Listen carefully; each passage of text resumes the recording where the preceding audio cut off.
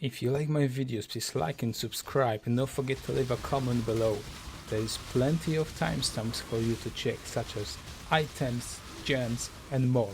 But please make sure to check out the common question and answers. So let's get into the video. So in this build I'm using the Celestial Cat Forbidden Rite MTX just for fun. So overall the build is well balanced because we are capped on the block. We have quite decent amount of armor, so you're not gonna be dying to every single time to some random bullshit that's either the essence monster gonna drop you down or something like that. Energy shield can be quite easily improved as long as you can find the right items on the market. When I was trying to buy some of the items, either the items were very cheap and very bad, or they were quite decent but they were way too expensive. So I'm just gonna wait a couple days when the price is gonna go a little bit down, and I might start improving the build. So if I do any improvement, just check out me on the stream, or you can just download my profile in a couple days and see what kind of improvement that I did to my build. If you're wondering how far did I get with the Sanctum, I can quite easily go to the floor number 4 without any problems. Obviously the Sanctum depends heavily on your RNG, which rooms do you gonna get and what boons you gonna take, but overall I wouldn't say the Sanctum is some kind of problem for this build. Obviously you're just gonna have to dodge a little bit, but the cyclone gameplay makes it I would say quite easy. So overall, if you never played a Forbidden Rite custom crit and you wanna try it out, go for it. It's a good solid build. So now we can watch and enjoy a couple of clips of me doing some Guardian invitations and other bosses that I was able to gather some clips while streaming.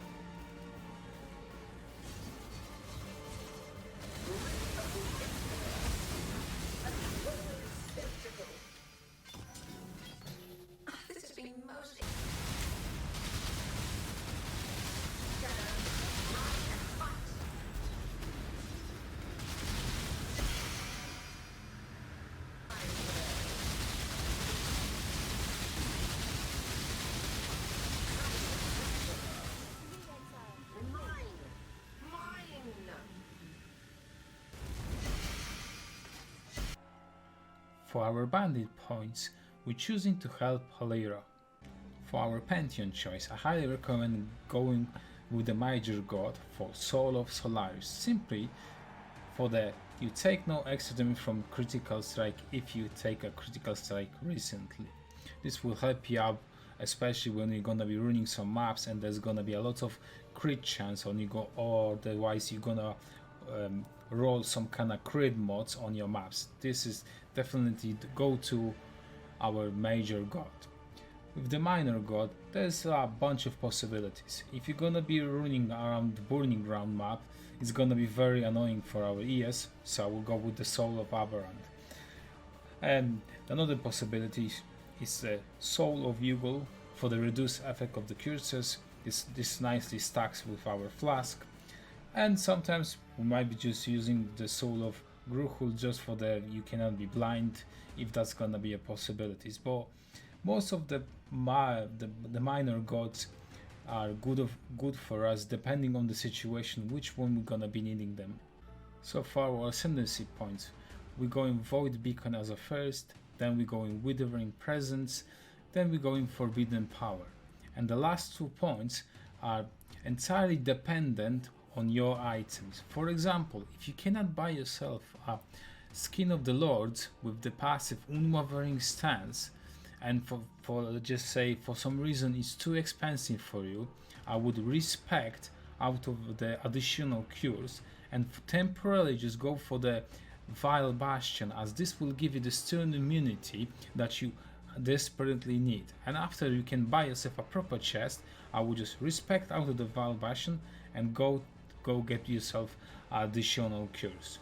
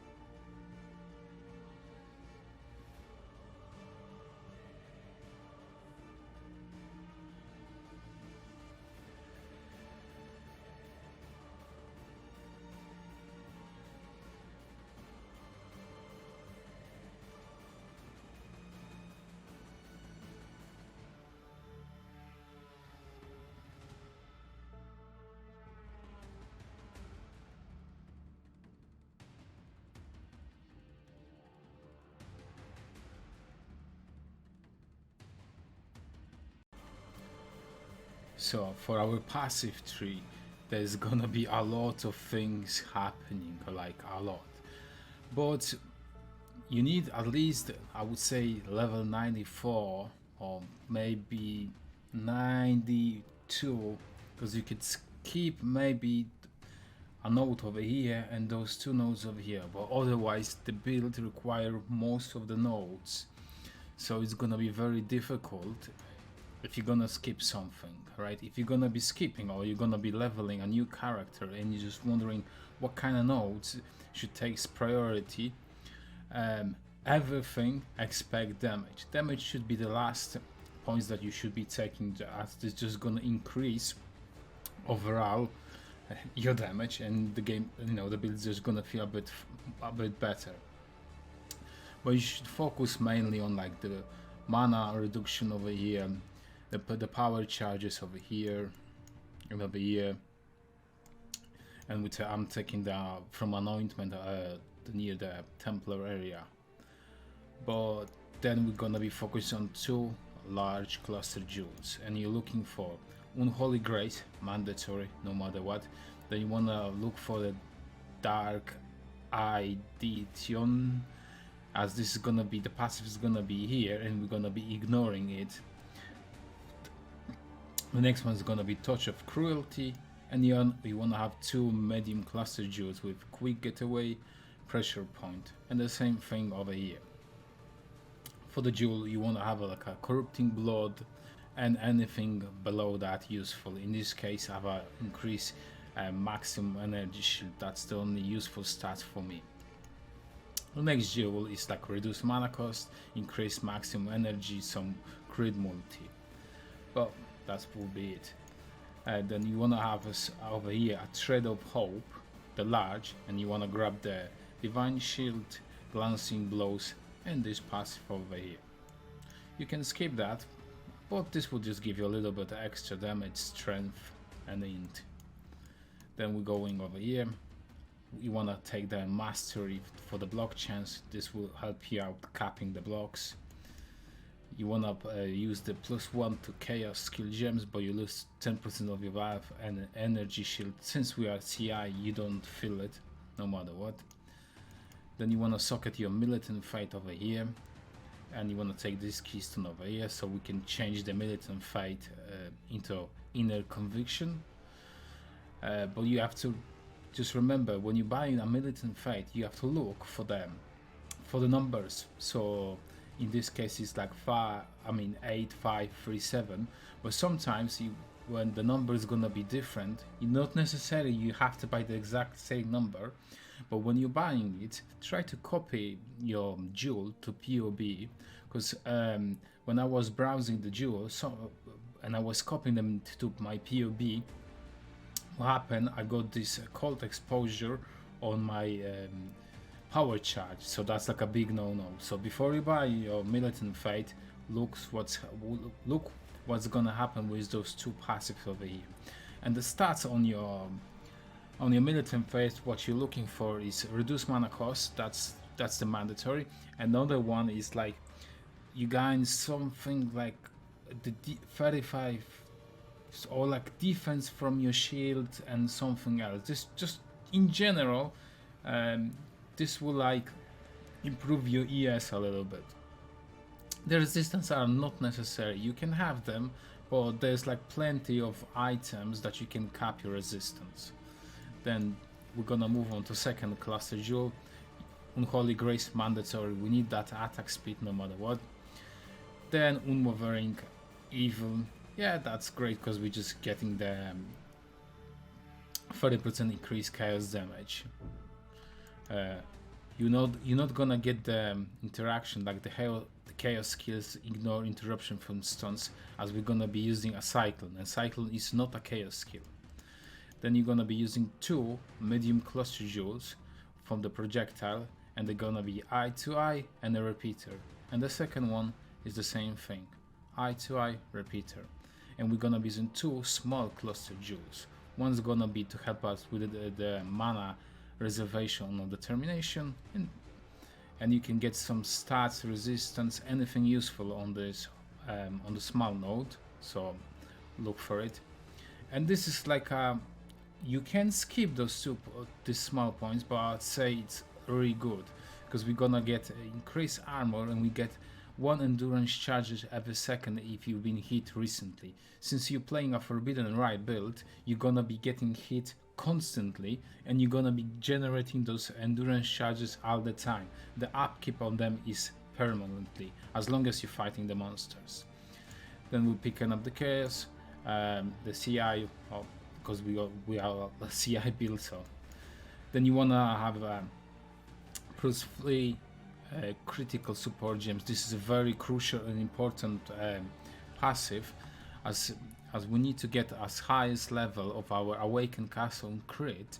So this is very important, because we're trying to get as much as cooldown reduction as we can, so we're gonna get more procs of our Forbidden Rite.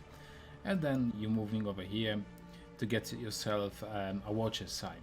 So the discipline mod takes priority, like the gain energy shield when hitting the enemy, right? The second one, you don't have to have the precision. I was just lucky enough to buy it. Well, I would rather, if I could buy a Watcher's Eye, I would rather have a discipline mod, and there's a clarity mod when say something like non-channeling skills cost the same thing like on your rings, between -5 to -10, and this would relax a little bit of your mana, so I would go for that. So the flask choice in these builds are very important. Your number 1 priority of a flask, it should be getting a diamond flask with the with the mod that has 35% chance to get a flask when you deal critical strike, and that should be the only flask that has this mod out of your 4 other 3 rare flasks. And then you wanna craft yourself a reduced mana cost of skills, as we need this mod on our flask. Since this is a crit flask and we only require 20 charges out of the 40, and we're gonna be gaining the charges even if we're gonna be fighting a boss such as Shaper and he doesn't have any adds that we can kill to get a bit extra charges, the mod will provide us with the charges for the full fight. Occasionally, sometimes you're gonna have to press the flask manually. That's why I would recommend getting your diamond flask on the first bar or whichever you like. And we're gonna be using a craft from the bench, used when the charges are full. This will help you out automating the process while you're gonna be mapping. The second flask is gonna be a Dying Sun. Again, this is a highly recommended flask for us, as it's provided us with 2 additional projectiles, and we're gonna be crafting heat used when it hits or a rare unique enemy. Right? Do not craft yourself like on this flask, use when the charges are full, because we only need our dying sun on the bosses, on the rares when we're mapping. Otherwise I wouldn't be using the Dying Sun on like a white mobs, because we're just gonna be clearing them and one-shotting them pretty much. Then you're gonna have a granite flask, as we're gonna be stacking a little bit armor, and the granite flask is just gonna help us out. So you're looking to get a gain 3 charges when hit by the enemy, and you wanna get yourself a reduced effect of curses on this one. Then we're gonna be using a basalt flask, and either you can get your reduced charge use on the flask, or you can get the similar mode such as gain 3 flask charges when hit by the enemy, and you want to get yourself a increased armor. And the last flask is gonna be that's like a very flexible flask, so you can use whatever you want, but you still want to have the 3 charges when hit by the enemy, and you want to get yourself an extra bleeding and the corruption blood immunity. So for our helmet, we're gonna be using the Crown of Inward Eye, as this is the most commonly enchanted helmet, so getting us like a extra Forbidden Rite projectile is very easily. But ultimately, if you can afford it, you can get yourself a double influence, like a hubris, that's gonna have a negative negative chaos res and +1 max power charge. But for now, I will just stick with the Crown of Inward Eye, unless you have the currency to go double influence. So for our chest slot, we're gonna be using Skin of the Lords. Ideally, you would like to have 3 blues, 3 greens. I'm using 1 red, as the 3 green, 3 blue was about, at the time of the recording of the video, about 10 to 11 divines, and the chest that I bought with the 3 blues, 2 greens, 1 red costed me 100 C. So that's like a huge difference in the price. And Unwavering Stance is a mandatory. This is how we get our stone immunity on this build. So for your ring slot, you're gonna be using 2 basic rare rings, and you're looking to get either stats, resistance, some flat energy shield, and whatever else you can get.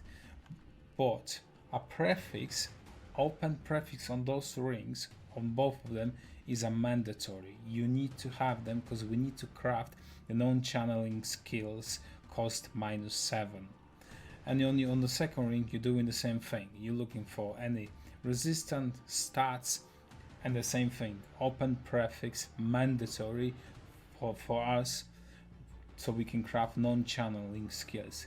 If you skip even on the non-channeling cost, either on this ring or on this ring, you will run into the mana issues. On top of that, one of our rings has to be a synthesized base, and you have to get yourself an implicit that says -3 total mana cost.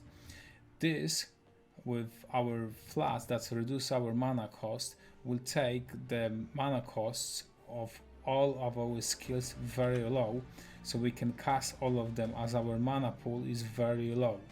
On top of that, this will make our cyclone for free. For our amulet slot, we're following the similar pattern that we took on the rings. The only three stats that you're mainly looking for your amulet: increase maximum energy +1 to all chaos skill gems, and you're looking for an open prefix so you can craft the non-channeling skills. The non-channeling skills is a mandatory thing, no matter what. The anointment can be changed around depending on your build and whatever you need. And anything else on this amulet, if you get some kind of, I don't know, resistance stats, whatever, is up to you. But the priority goes to non-channeling, chaos +1, and increase maximum energy shield. The rest of them is just up to your budget. For our belt slot, one of the stats is mandatory, is the minimum value is gonna be the 60% increase cooldown recovery. You can go higher, but the minimum is 16. You cannot go lower, no matter what. And the rest of the stats, you're looking for some flat ES, maybe percentile ES, maybe some strength, maybe some fire resistance, whatever you can get. But the cooldown recovery rate, the 16%, is mandatory. It should be your top priority when you're looking for a build. So Aegis Aurora in this build is the best in slot item. You shouldn't be replacing it with anything else. This is the best item you can get for this slot. So gloves in this build are this. You should be looking for something like either resists a lot of ES, maybe some strength, dex. You want to relax your build from those stats as much as possible, and then you're gonna be rolling yourself the implicit. You wanna roll yourself either Wither inflicts expire, some percent slower, or there's a second possibility, increase effect of marks. And then the second implicit that you wanna roll is the increase attack speed, or you might be looking for, there's like a 15% chance or more to unnerve an enemy. This will give you a little bit more of a damage. We only need the Gemini Claw for the grants 40 mana per hit enemy. This will help us greatly with sustaining our mana. And the second part is hits cannot be evaded. That's a vegan craft from Betrayal, and that's gonna help us with our accuracy. And the rest of it is pretty much whatever you can find on the trade. Maybe you can craft it yourself, but you're looking for a high crit chance, for a high attack speed. Generally those claws are go for something about 7 to 9 divines, depending what's on the market. And if you're wondering, should you try to craft yourself, you might be lucky and craft everything, but from the a first try, and you might pay about 6 to 7 divines.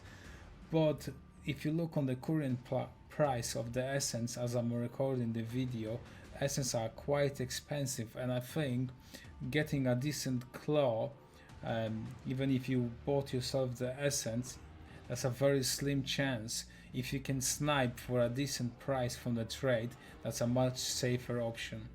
For our boot slot, we're gonna be using Stampede boots. And unless you can afford a Mage Blood, then you can replace the Stampede with a basic rare with some kind of cooldowns, tailwinds, whatever you can. But if you cannot afford a Mage Blood, Stampede should be used on your build no matter what. There's two important lines on those boots. One, this can be anointed, but the downside of anointing the boots is we cannot apply the lab boot enchantment, as this will just override our anoint. So unfortunately we are sacrificing the boots enchant, and this build has a very great enchantment for our boots. But I would say the anointment is way better. And the second best part of those boots is the cyclone will never slow you down, and you're always gonna be cycloning on the maximum speed that the boots can provide you with. That's the last line. Your movement speed is 150% of the base value, so the cyclone will never slow you down.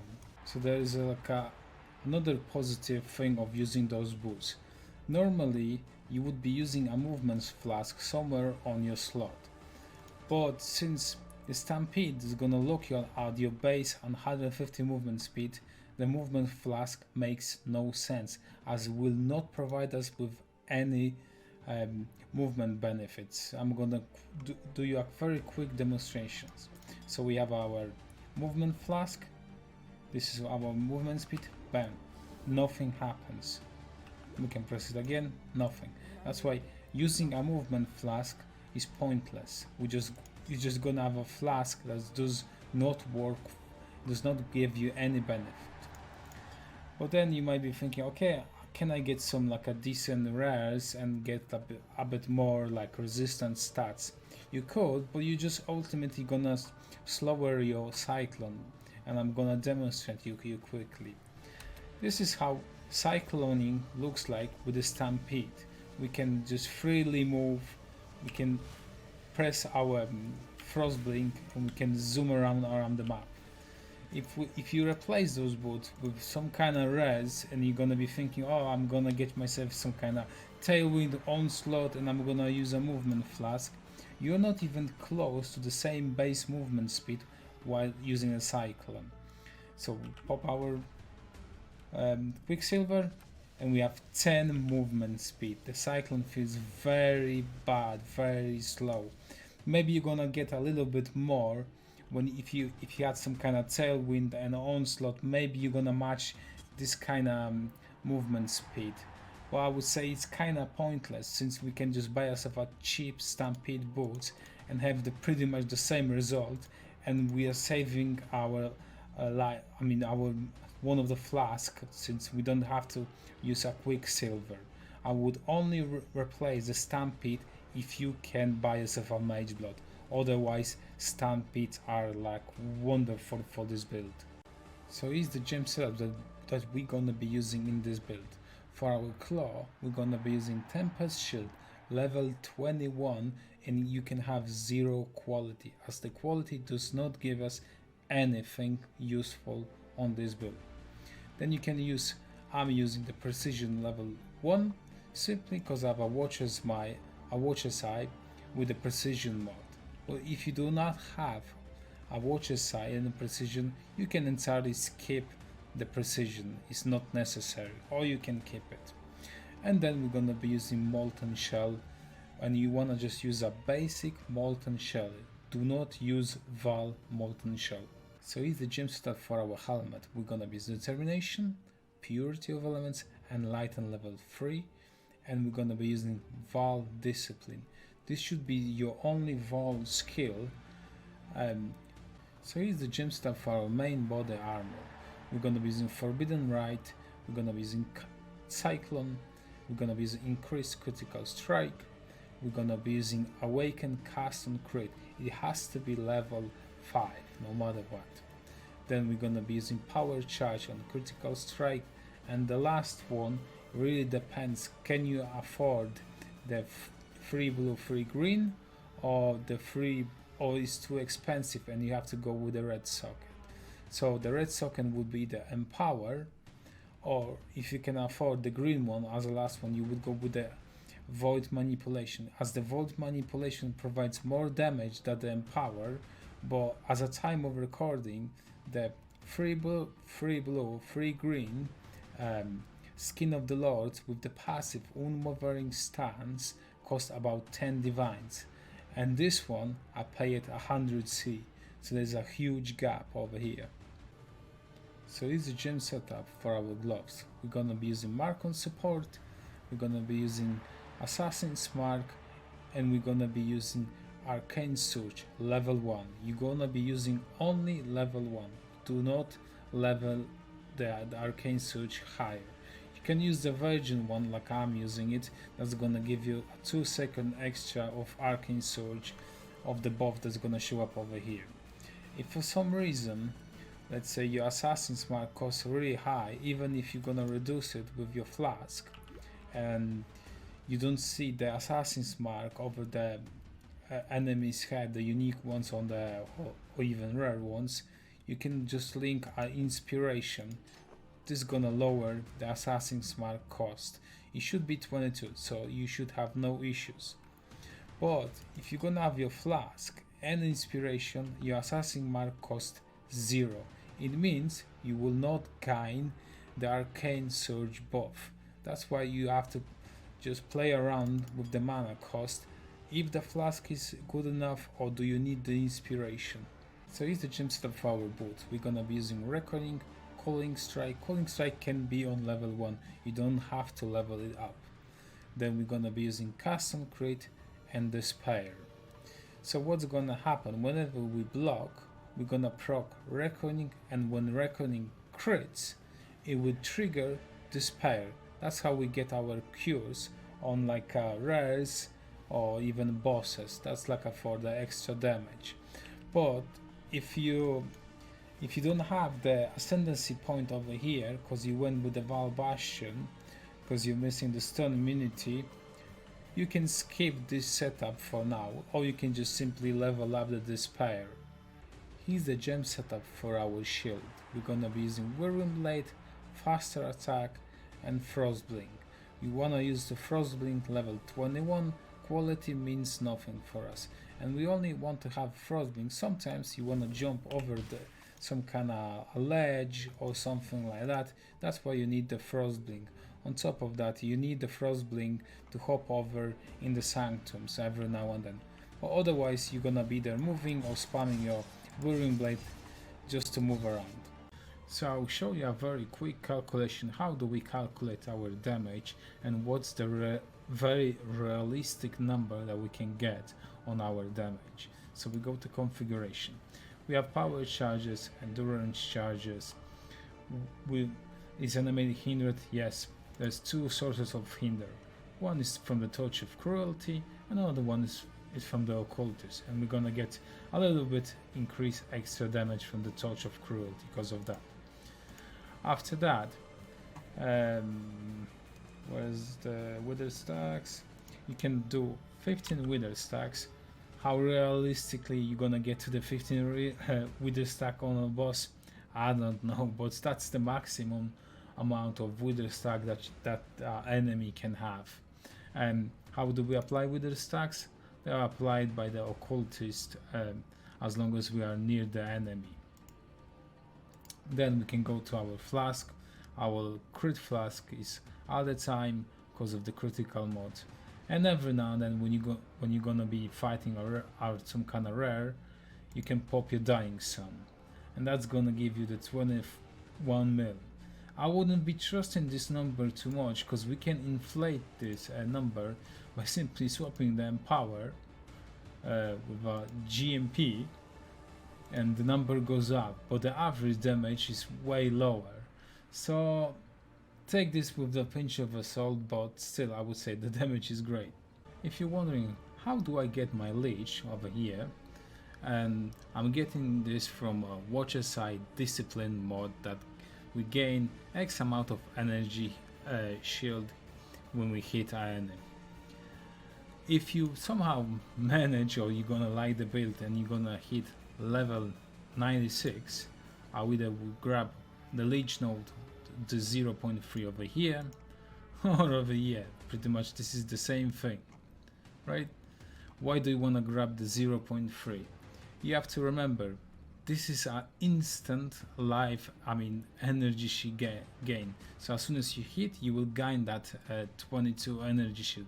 Leech will give you the energy shield over the time. So both of those game mechanics works really well. So at some point, when you're gonna be replicating the build, you're probably gonna run into the mana issue. Since in this league, in 3.20, the replica of the Conquerors, the jewel that gives you -9 non-channeling skills, does not exist. There are ways to work around it, but pretty much you're gonna have to replicate them exactly 100%. So of course you're gonna be crafting yourself unknown channeling skills -7 on your both of your rings, on your amulet as well. Optionally, -3 total mana cost as an implicit on your ring. I would recommend it. It's not necessary you need it, but I would recommend it as it's gonna help us a lot.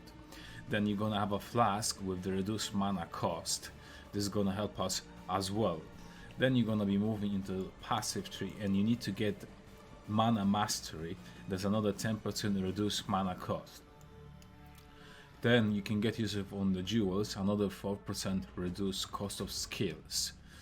Then on your militant fate, you're gonna be getting another 1% reduced per 10 devotions. So you have about 10, 20, 30, 40, 50. So you have another 5%.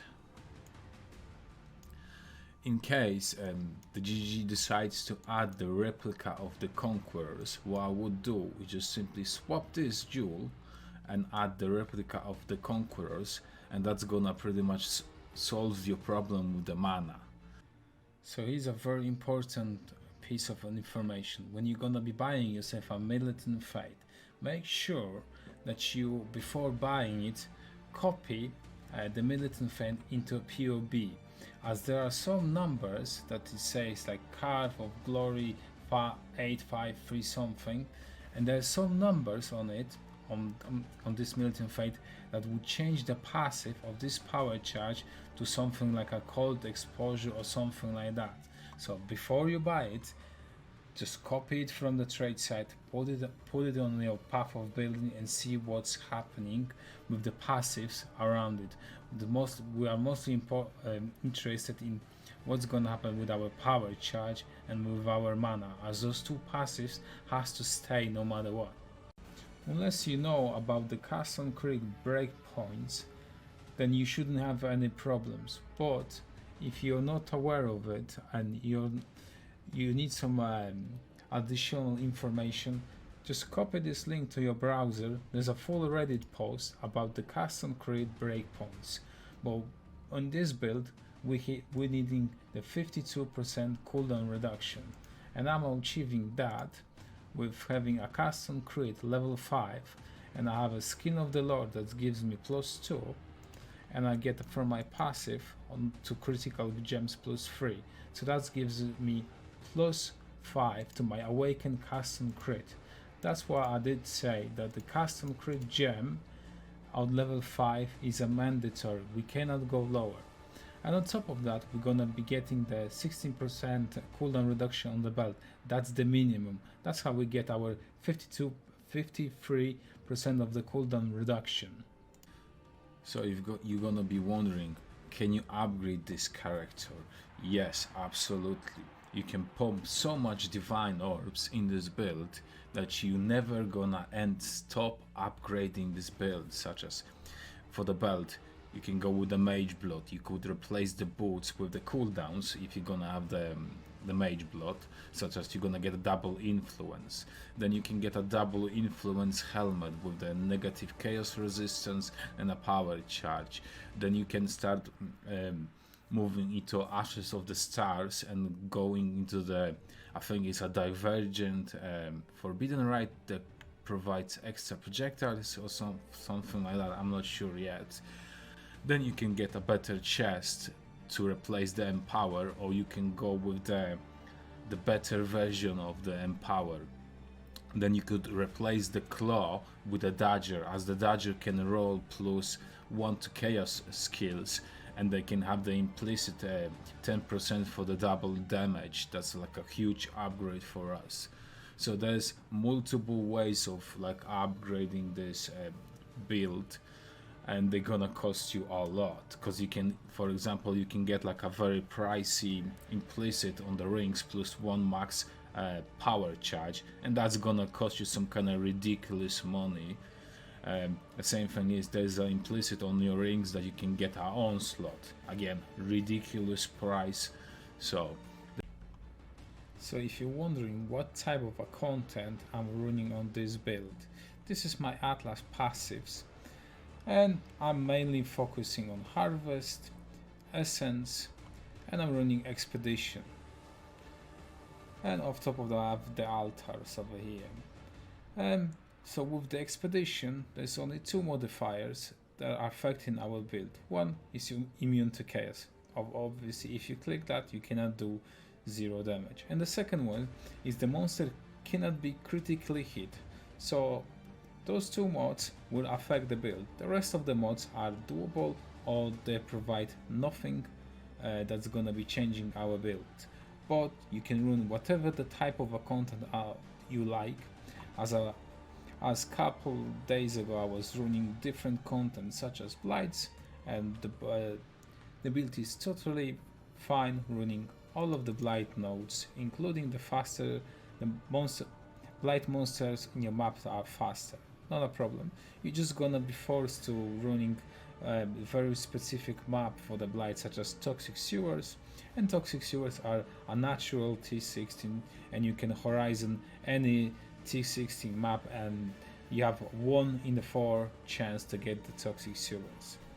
Legions, again not a problem as long as you take those nodes over here to increase the duration, and dunes are recommended the map, or any other open map, maybe a canyon would be fine as well. Otherwise you shouldn't have any problems doing any kind of type of a content on this build. Thank you for watching the video, and I will see you next time.